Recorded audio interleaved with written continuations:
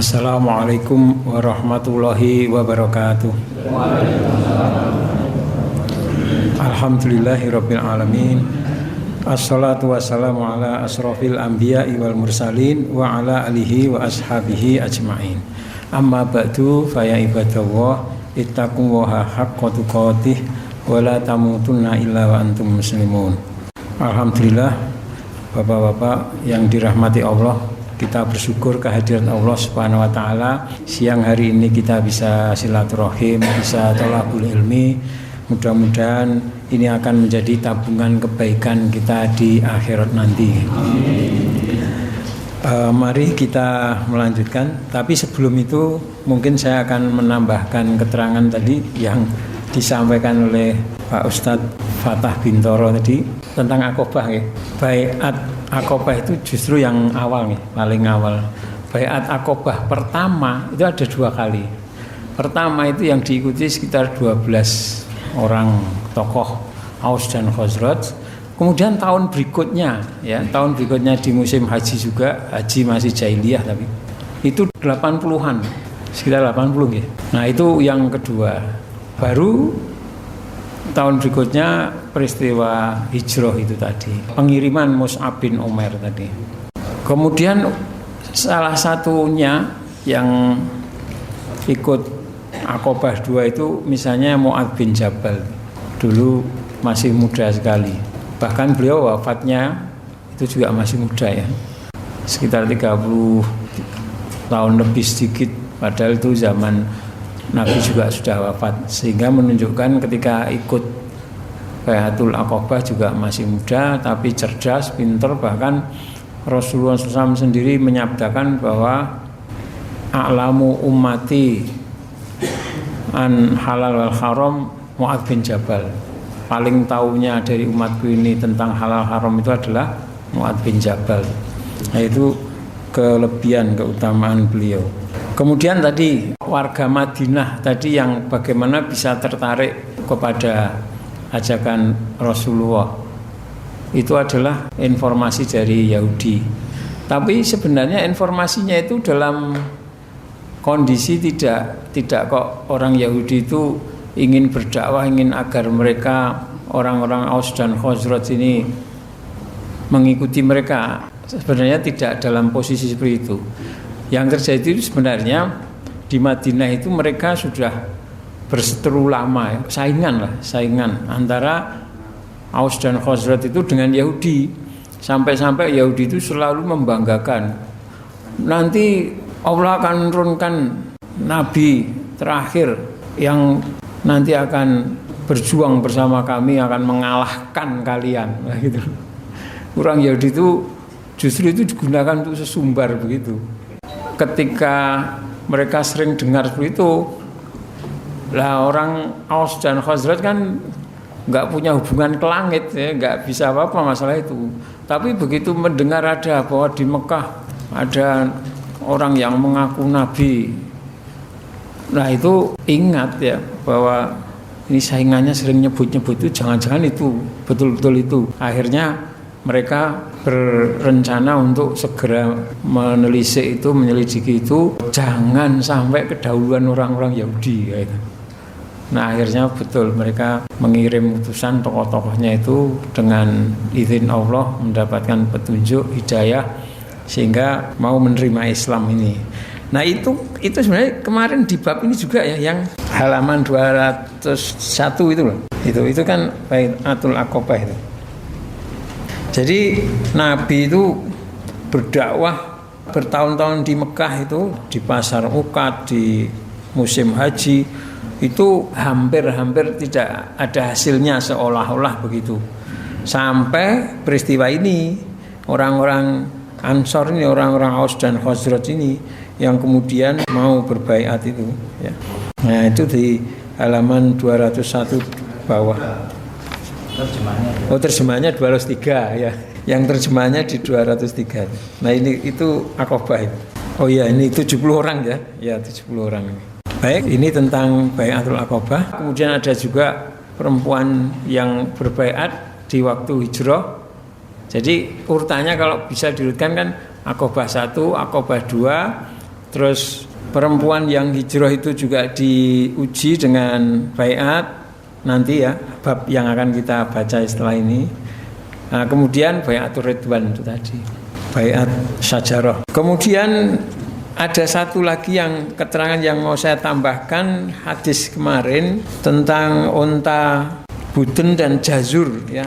Ini ada sedikit persoalan di situ, saya berusaha membuka di syarahnya itu.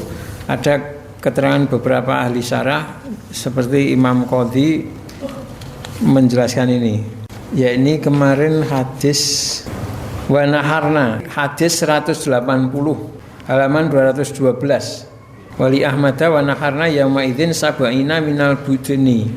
Kami menyembelih pada hari itu 70 ekor unta. Sebenarnya al-budn itu secara kamus ya bisa diartikan unta, tapi ada artian lain yaitu badan. Budun, badan itu artinya selain kepala dan kaki tangan unta, bagian gembungnya itu ya. Sedangkan jazur itu justru yang bagian kaki-kakinya itu dan kepala. Kalau itu secara bahasanya ya, lughahnya. Tapi kalau penjelasan dari beberapa pensyarah hadis seperti Imam Qadhi menjelaskan, ini ada sedikit kerancuan di sini bahwa sebenarnya yang dimaksud dengan budun itu adalah unta hadiah, unta dam, sehingga ini kan umroh ya, sehingga Imam Qadhi menyebutkan ini ada sedikit kekeliruan dari perawinya. Ya, wallahu a'lam.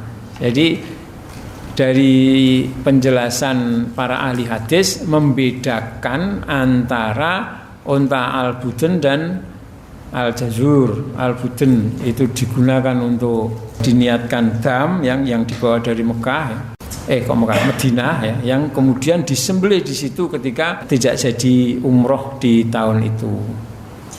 Sehingga peristiwa menyembelih 70 ekor itu dalam konteks, dalam rangka karena sudah tidak jadi ya, batal umrohnya tahun itu. Baik, kemudian kita lanjutkan. Nggih. Itu artinya pada hari Hudzaibiyah kami berjumlah 100.400 berbayar. Umar mengatakannya bahwa itu namanya sama. Aku berbayar kepadanya untuk lari, bukan berbayar untuk mati. Di kalimat di situ ya bayarnya ala nafiran. Allah nafiro, tidak lari, bukan lari. Ya, untuk la tidak nafiro, lari. La nafiro tidak lari. Jadi itu waktu yang sangat genting kan, karena bisa terjadi clash ya, terjadi peperangan saat itu, sehingga mereka dijanji untuk tidak lari meninggalkan Rasulullah SAW dan para sahabat yang berusaha bertahan, katakan gitu. Nah, itu menunjukkan baiat di sini salah satu fungsinya adalah untuk meneguhkan para sahabat tetap bertahan sebagaimana perintah Rasulullah SAW. Baik, kita lanjut ke bab 33. Baiatun nisa, baiatnya para wanita. Surat Al-Mumtahinah ayat 12 nih. Kalau Allah Azza wa Jalla, berkalam Allah yang maha gagah, yang maha tinggi. A'udzubillahi minasyaitonirrajim. Ya ayuhan nabi, wahai nabi, idza ja'aka, apabila datang kepadamu al-mu'minatu, perempuan-perempuan beriman, yubayyinaka, berbaiat kepadamu, ala atas an la yusyrikna, tidak menyekutukan billahi kepada Allah syai'an dengan suatu pun, wala yasrikna, dan tidak mencuri, wala yaznin, tidak berzina, wala yaktulna auladahunna, tidak membunuh anak-anak mereka. Nah, ini karena ada tradisi membunuh ya. Wala yatina bibuhtanin, dan tidak membawa atau mengadakan kedustaan, yaftarinahu, yang mereka membikinnya, baina aidihinna, di antara tangan mereka, wa arjulihinna, dan kaki mereka. Kedustaan yang dihasilkan dari kaki dan tangan mereka itu Kalau dalam tafsir Ibnu Abbas itu dijelaskan mereka harus terus terang bahwa anak-anak yang mereka bawa itu bukan hasil zina ya. Ini kan hijrah ya. Mereka tidak membawa kedustaan, membawa anak hasil zina dan seterusnya. Wala ya'sinaka, dan tidak maksiat durhaka kepadamu fi ma'rufin dalam hal ma'ruf.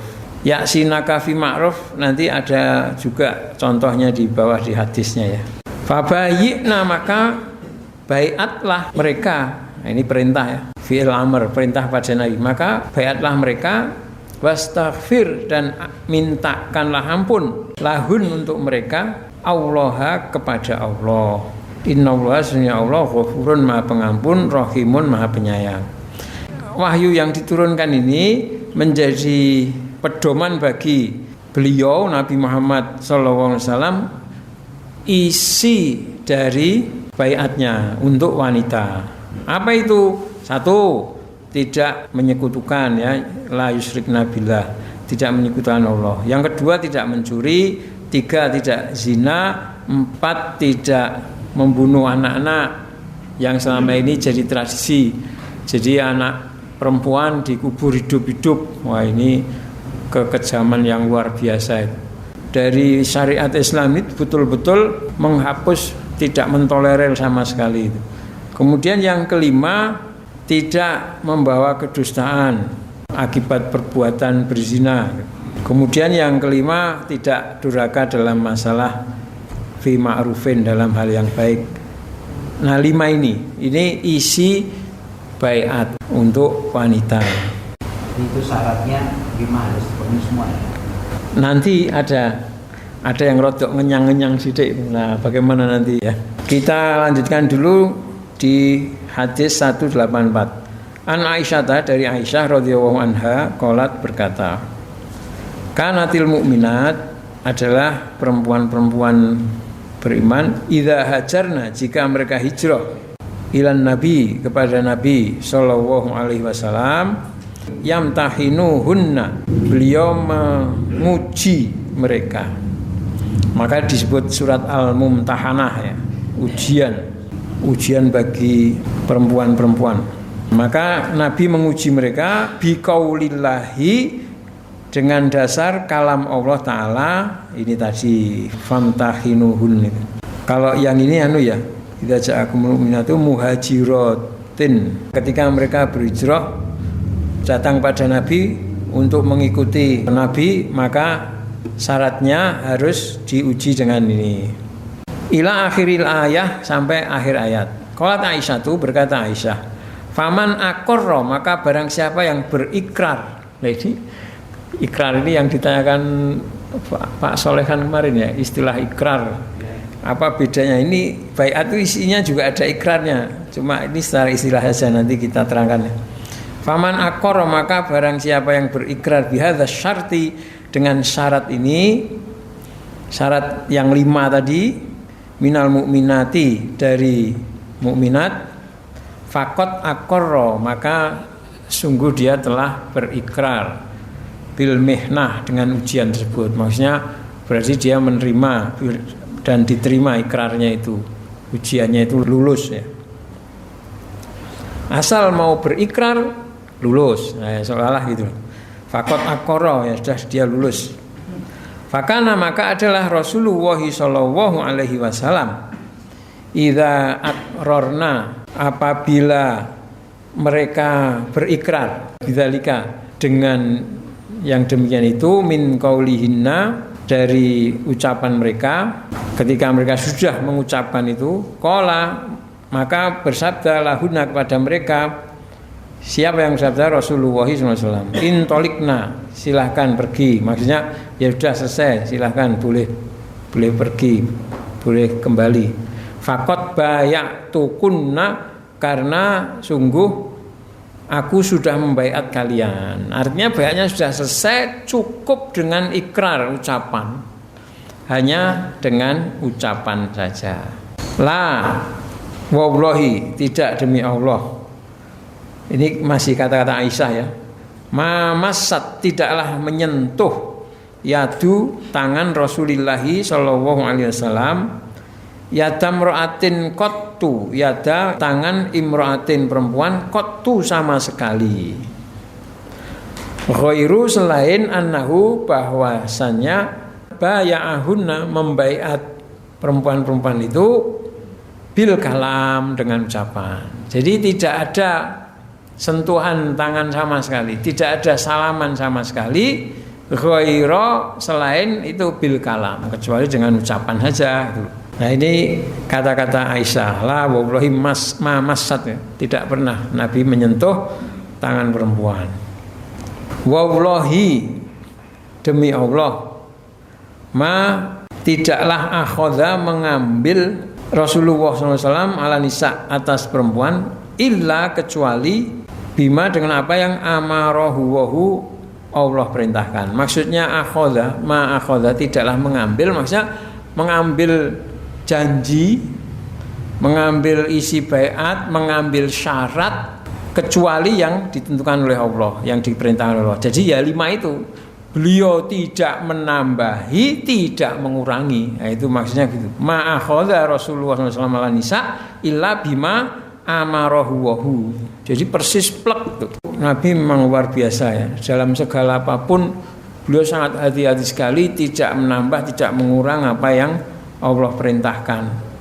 Yaqulu lahunna, beliau berkata lahunna untuk perempuan-perempuan itu, idza ketika akhadha telah mengambil baiat, maksudnya alaihina atas mereka.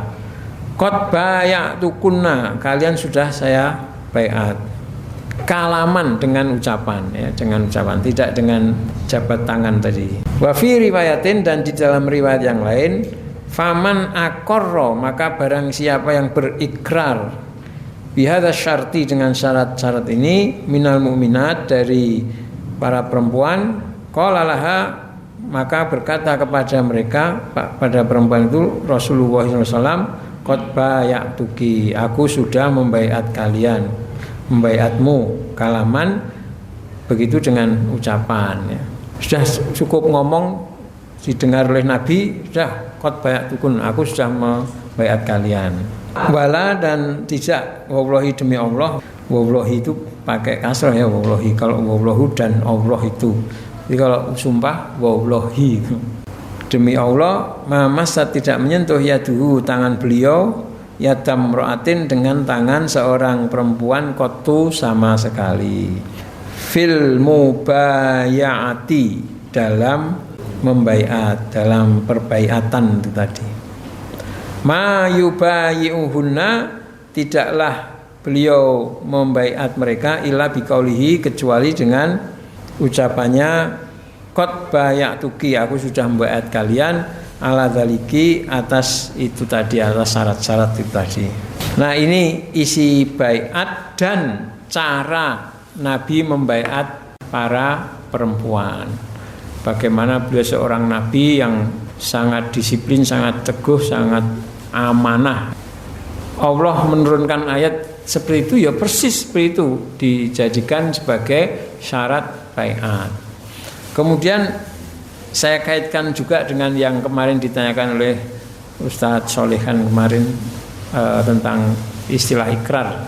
Nah ini sebenarnya sama ya, cuma kalau ikrar itu kan dengan lisan, mengikrarkan, mengucapkan di para perempuan. Kalau yang laki-laki kan Nabi mengucapkan, beliau mengucapkan kamu tidak boleh lari gini-gini, yang ngomong malah nabinya. Terus setelah itu diresmikan dengan salaman gitu kan. Kalau dengan perempuan ya isi baiknya dengan dilakukan dengan ikrar tadi. Ya istilah aja, sehingga sama sebenarnya. Tapi kok beda dengan sumpah jabatan zaman sekarang ya. Apalagi pakai kitab suci Al-Qur'an tuh dari dulu nggak ada ya. Dulu belum ada kitab suci Al-Qur'an. Dan prinsipnya baiat itu sama. Yang katanya kan mengapa kalau ada pembaikan wanita tidak ada pembaikan putra? Ada yang kemarin-kemarin itu yang putra, yang seperti di pohon kemarin, terus di Aqabah pakai salaman, jabat tangan. Sama ya, hanya prakteknya.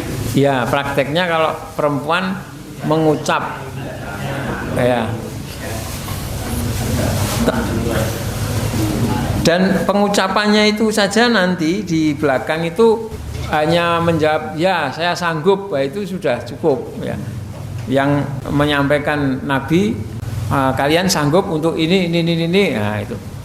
Nah, kemudian isi baiatnya adalah 1.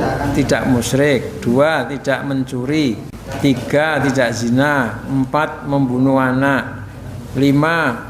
Berdusta, 6. Maksiat. Oh ya, 6. Nah, ini tentang isi baiat untuk perempuan. Kemudian kita lanjutkan hadis 185.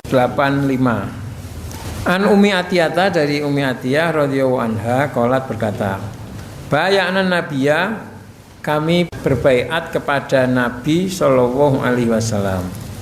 Faqara'a alaina, maka beliau membacakan kepada kami ayat Al-Mumtahinah itu, alla yusyrikna billahi syai'an, untuk tidak menyekutukan Allah dengan sesuatu pun, dan seterusnya. Surat Al-Mumtahinah ayat 12 ya. Wa nahana anin niyahah, ya. Dan melarang kami dari niyahah, meratap. Lah ini meratap ini maksudnya mana? Maksudnya tadi yang saya sebutkan tadi, yaksinaka fi ma'ruf. Dan melarang kami meratap. Jadi meratapi kematian ya. Ada orang mati terus dibuat-buat acara meratap. Faqabadotim ra'atun minna yadaha, maka menggenggam imra'atun, seorang perempuan, minna dari kami, yadaha, tangannya. Menggenggam tangannya maksudnya gini, karena mereka tidak tahu, dikira nanti terus salaman seperti laki-laki. Tapi sebenarnya Nabi tidak akan menyentuh ya. Tapi ketika mendengar kata-kata tidak boleh niyahah, tidak boleh meratap, ada perempuan yang langsung enggak, seolah-olah menarik lagi tangannya itu. Karena apa? Karena kebiasaan orang Arab waktu itu niyahah ya, meratapi jenazah. Faqalat, maka dia berkata, dia menyampaikan alasannya. Fulanatu as'adatni, si fulanah itu sudah memuliakan aku, membuat aku lega, senang ya, menyenangkan aku. As'adatni itu maksudnya gini, keluarga dia meninggal, terus ada si fulanah tadi yang ikut menghibur, meratap, dengan meratapi jenazah, meratap, meraung-raung. Itu sudah jadi tradisi, sehingga kalau tidak gitu ya ora lega. Ya ora dilakoni ngono ki ora lega. Biasa kan tradisi seperti itu. Misalnya dulu ada sering jenazah harus berobosan itu kan. Itu kalau belum tahu agama ya ora lega, seolah-olah tidak cukup baik. Berobosan. Nah, kalau ini ratapan. Nah, itu ada si fulanah itu sudah membahagiakan aku, menyenangkan aku.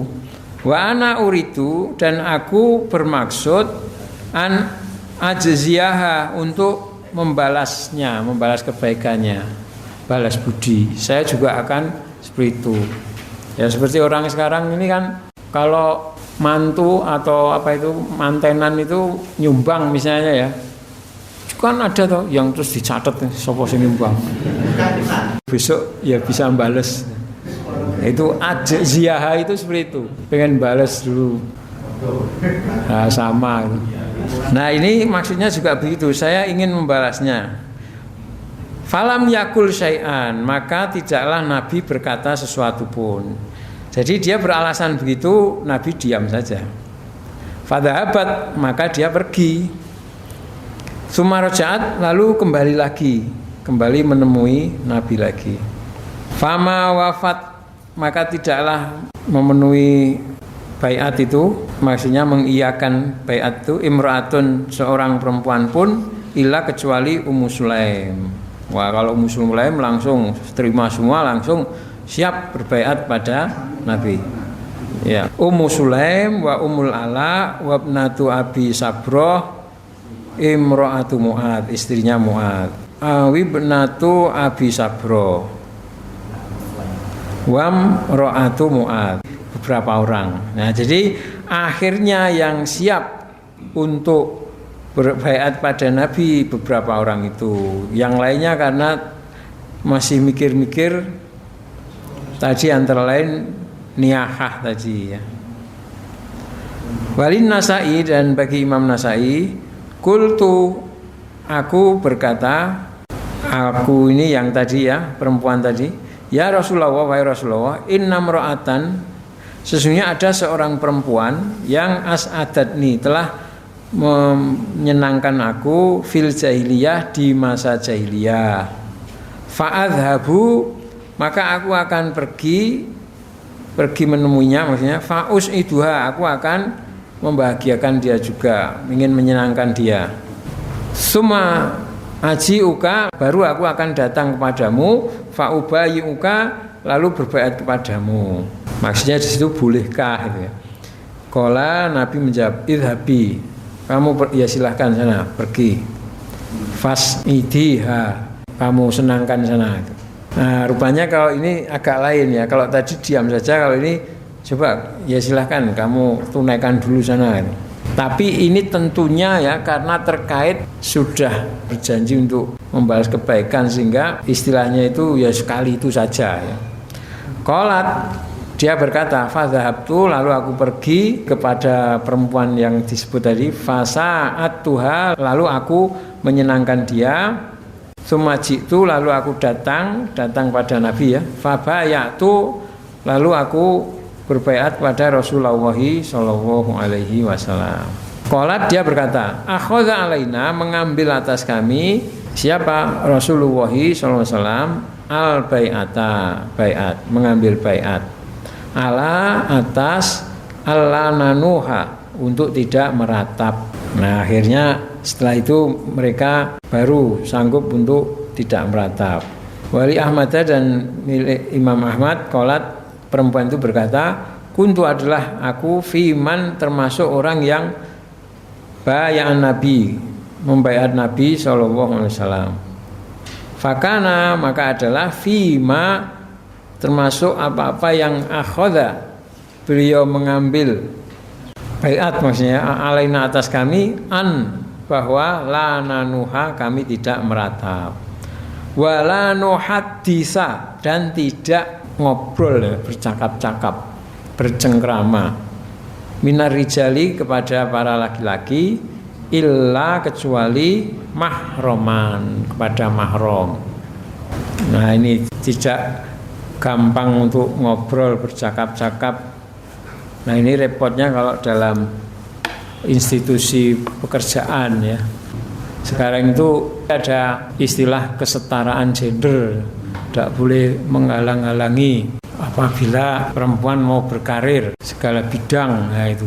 Ini saya jadi ingat Taliban itu loh, yang terekspos keluar melarang perempuan-perempuan kuliah, sekolah di universitas. Padahal ternyata pemerintah Taliban sedang berusaha merumuskan sistem pendidikan bagi para wanita agar tidak bercampur dan sebagainya.